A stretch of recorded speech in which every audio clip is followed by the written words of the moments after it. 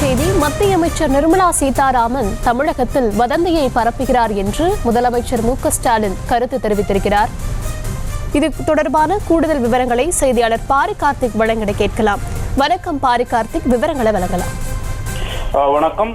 உடன்பிறப்புகளே என்று தனது தொண்டர்களுக்கு முதலமைச்சரும் திமுக தலைவருமான திரு ஸ்டாலின் அவர்கள் தற்போது அறிக்கை ஒன்றை வெளியிட்டிருக்கிறார். அதில் ராமர் கோவில் திறக்கப்படும் நாளில் தமிழ்நாட்டிலிருந்து இந்து சமய அறநிலைத்துறையின் கீழ் உள்ள கோவில்களில் சிறப்பு பூஜைகள் செய்வதற்கும் அன்னதானம் வழங்குவதற்கும் தடை விதிக்கப்பட்டதற்காக அவதூறு நிறைந்த பொய் செய்தியை ஊடகங்கள் மற்றும் சமூக ஊடகங்களில் வாயிலாக பரப்பினார்கள் என்றும், மாநாட்டு அரங்கில் இருந்தாலும் தன் துறையின் பணிகளை ஒவ்வொரு நொடியும் மேற்கொண்ட சேகர் பாபு அவர்கள் உடனடியாக இந்த அவதூறு பரப்புரைக்கு மறுப்பு தெரிவித்தார் என்றும், உண்மை நிலையை விளக்கி அவர் அறிக்கையை வெளியிட்டார் என்றும் முதலமைச்சர் தெரிவித்திருக்கிறார்கள். அதே போல ஒரு வதந்தியை வாட்ஸ்அப், இதர சமூக வலைதளங்கள், தொலைக்காட்சி மற்றும் பத்திரிகைகள் என பரவ செய்து அதனை உண்மை போல ஆக்கும் பணியை பாஜகவில் உயர்ந்த பொறுப்பில் உள்ளவர்களே பொறுப்பின்றி செய்வது வழக்கமாக ஒன்றாகிவிட்டது என்றும், இதில் தலைநகரம் டெல்லி முதல் தமிழ்நாட்டில் உள்ள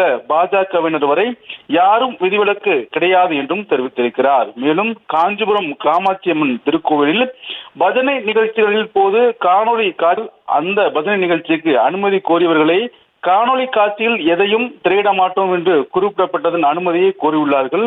இதனை மறைத்துவிட்டு ஒன்றிய நிதியமைச்சர் பரப்பிய உண்மைக்கு மாறான செய்தி அல்ல, திட்டமிட்ட வதந்தி என்றும் தெரிவித்திருக்கிறார். மேலும் பொழுது விடுவதற்குள் பொய் என அது அம்பலமாக இருக்கிறது என்றும், அது மட்டுமல்ல இந்த பொய் பரப்புரைக்கு சென்னை உயர்நீதிமன்றமே கண்டனம் தெரிவித்துள்ளதாகவும், தமிழ்நாட்டை என்றென்றும் அமைதி பூங்காக திகழச் செய்ய மத நல்லிணக்கம் எண்ணம் கொண்ட மக்கள் கவனத்திற்கு கொள்ள வேண்டும் என்றும், பக்தி என்பதும் மகிழ்ச்சிக்கும் அமைதிக்காகவும் மட்டுமே என்றும், சமூகத்தில் நிலவும் சமநிலையை சீர்குலைக்க அல்ல என்றும் முதலமைச்சர்கள் தெரிவித்திருக்கிறார். மேலும் என்றும் சிறப்பு பூஜைக்கு எந்த தடையும் விதிக்கப்படாத நிலையில் தவறான பரப்புரையால் சட்டம் ஒழுங்கு சீர்கேட்டிற்கு வழிவகுத்துவிடும் என்றும் கண்டனம் தெரிவித்திருக்கிறார் முதலமைச்சர் அவர்கள்.